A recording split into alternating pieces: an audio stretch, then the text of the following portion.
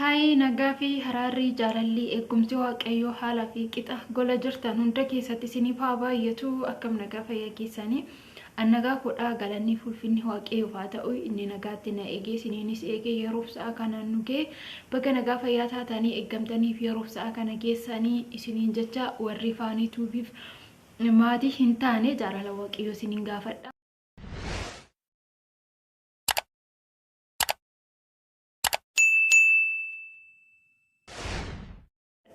Subscribe gochuun maatii naaf ta'a isiniin jedha warri jirtan immoo baga naaf jiraatanii guddaa galatoomaa isiniin jedha namni xinnaan galateeffanne guddaan galateeffatu har'a yaadee ani qabadhee dhufe just wanta keessa kootti yaadee natti fakkaateedha.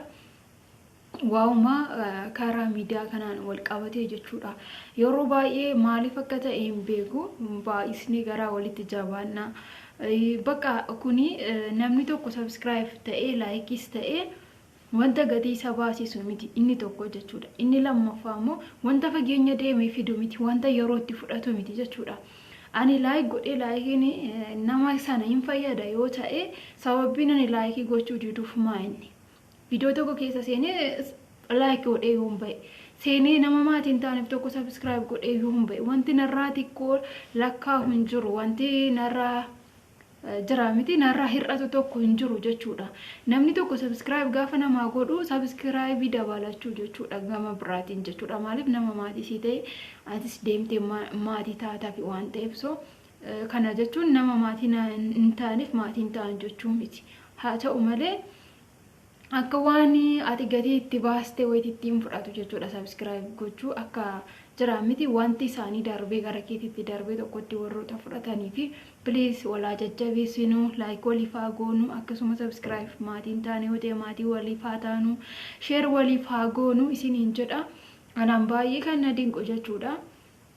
Gaafanii saman bira ilaalu viidiyoo 10 gadi hojjetanii viidiyoon isaanii viidiyoo 10 gadi ta'e garuu subscribe kumaa fi sana ol qabu jechuudha viidiyoo 10 gidduutti garuu kan keenya viidiyoo 50 hamma 60tti dalagee jechuudha. Viidiyoo 50 ga 60tti gaafa viidiyoo ijoollee keenya jala galanii ilaalanii sayyuu dadhabbiidhaan haala garagaraa wantuma barumsa qabu jira oolma isaanirraa share gochaa subscribe 500 fi sanaa gadi qabu jechuudha. Viidiyoo hamma kana dalaganii maaliif garaagarummaan nu ifisaan gidduu jiru maaltu jira? Nuni garaa jaalalaa hin qabnu garaa itti wal guddisnu hin qabnu waliin jaalannu baay'inatu hin jirreemu maa'inni immoo nuti yuutuubiin fayyadamnu karaa yuutuubii kanaan keessuma just gaafin jedhu oromoon yuutuubiin fayyadamu oromoo yuutuubiin ilaalu oromoo wal guddisuu hin danda'u oromoo waliif garaa waliif na'u hin qabu maaliif kuni ta'a dhugaan hedduuti na ajaa'ibaa jechuudha. Maaliif saban biraa jala yuu deemne like goonaaf share goonaaf nuti tolee yaada kenninaaf jechuudha. Nuni maaliif wal guddisuu dadhabna maaliif waliif baay'ee tokko kan na ajaa'ibu miidiyaa kanarratti guddachuu yoo barbaadde tokko safuu gatta lammata amantiidhaan walitti buusa amantii walitti buusa inni sadaffaan way icciitii kee wanta ta'e way baastee haasoftee yoo boosse yoo waan akkas waan hin taane raawwatte jira miti yookiin gaafa kufteedha. Kan miidiyaan kuni si dudduuba fiigu malee gaafa ati safuuf seera eegdee deemte namni tokko yookiin immoo namni takka jajjabina akkasiif kennu hin jiru jechuudha. Guddachuudhaaf maal ta'uu qabure miidiyaa kana wajjin wal fudhachuudhaaf maal ta'uu qabure safuu cabsuu amantii walitti buusuu bakka jira miti wanta warroota waan akkasii hojjetu san dudduuba fiigutiin hin baay'isna jechuudha. Sun ta'uu hin qabu namni yoo gaafa waan badii raawwatu tokko badii akka ta'e beekama raawwata. Maaliif karaan ittiin guddatanii yoo ati waan gaarii hojjette hin guddatan namni si jajjabeessu hin jiru yoo ta'e fakkeenyaaf amma karaa TikTok kana yoo furanne follow like jedhanii wantoota fokkisiisuu baay'ee dalagu. Ergaa wanta bakka garaa isaanii san gahanii booda deebi'anii hayi nan dogongore hayi akkasii dhiifamaa jedhu.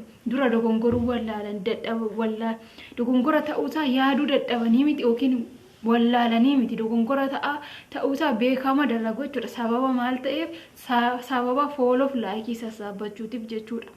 Malee namni eenyumtu daa'imti hin jiru keessumaa ijoolleen biyya hambaa keessa jirru namni daa'ima xiqqoo taanee hin jiru jechuudha. Hundi keenya nama hin beekadha.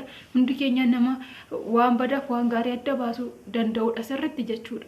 Maaliif osoo daa'ima taanee biyya keessanirraayyuu hin godaannu biyya keenyarraayyuu hin baanu kanaaf beekatuma jechuudha sane dogongora ta'uu beekama karaa ittiin namni wajjin wal simattu yoo akkas ta'e malee jedhanii wanta xiyyeeffataniif osoo warroota akkasii isaan irratti jala hin fiigamu ta'ee yaada hin kennamuuf ta'ee isaanillee badii yookiin safuu sana dalagootiin hin dhaabu jechuudha. Ani maaliif mormi isaan irratti qabaadhee osoo hin taane namni beekaa ergaa cubbuutti deema beekee ergaa wanta hin taane raawwate isumaaf ta'a wanti hundumtuu jechuudha. Garuu maaliif waliin jabeessinu maaliif laayikii waliif hin goonu maaliif sabskiraayib waliif hin goonu isa jedhu santu gaafinatti ta'e maaliif warrati kaleessaa akkoo waggaa meeqa dudduuba teesseedha keessumaayyuu warri duraan turanii warra xixiqqaa kana jabeessuu qabu jedhaman sunniini garagaranii sin ilaalanii jechuudha warrumtati kaleessa dudduukaa deemaa turte dhimma keen qaban sun maaliif ta'uu qaba xiqqaan isin guddata xiqqaan hin guddatu kan jedheen jiru hin guddata eenyumtu jechuudha guyyaa isaa eeggata malee kanaaf wal jabeessinaa please walaa jabeessinuu ani yaada ko kana isiniif qooda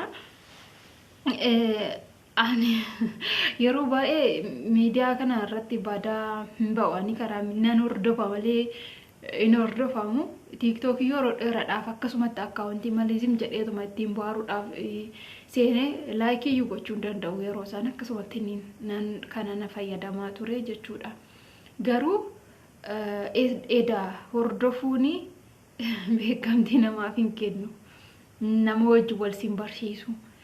Garuu nuti wanti gochuu qabnu namni kamiyyuu iddoo kaleessa sanitti naaf hin jijjiirama hin guddata.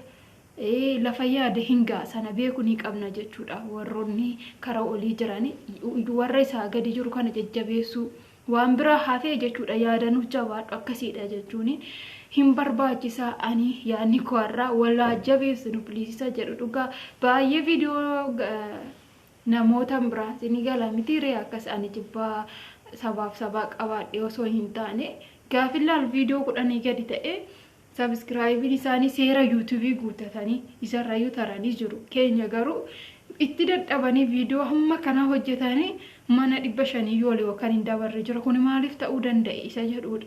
Nuti waliin jaalannu dhuguma jaalalli keenya keessan jiru waaqayyo ko nama hundumaa qixa jaaladhu jedha. So maaliif warroota abeet nuni iddoo wacaatti fiigu iddoo arrabni jirutti fiigu iddoo nama gadi xiqqeessanii wanta adiidhaan gurraacha jedhanii sobanii miidiyaa kanarratti baasan duuka fiigu jaalanna sun ta'uu hin qabu osoo warra akkasii san irratti hin hojjenna ta'e hojiin akkasii sunuyyuu hin bada jechuudha.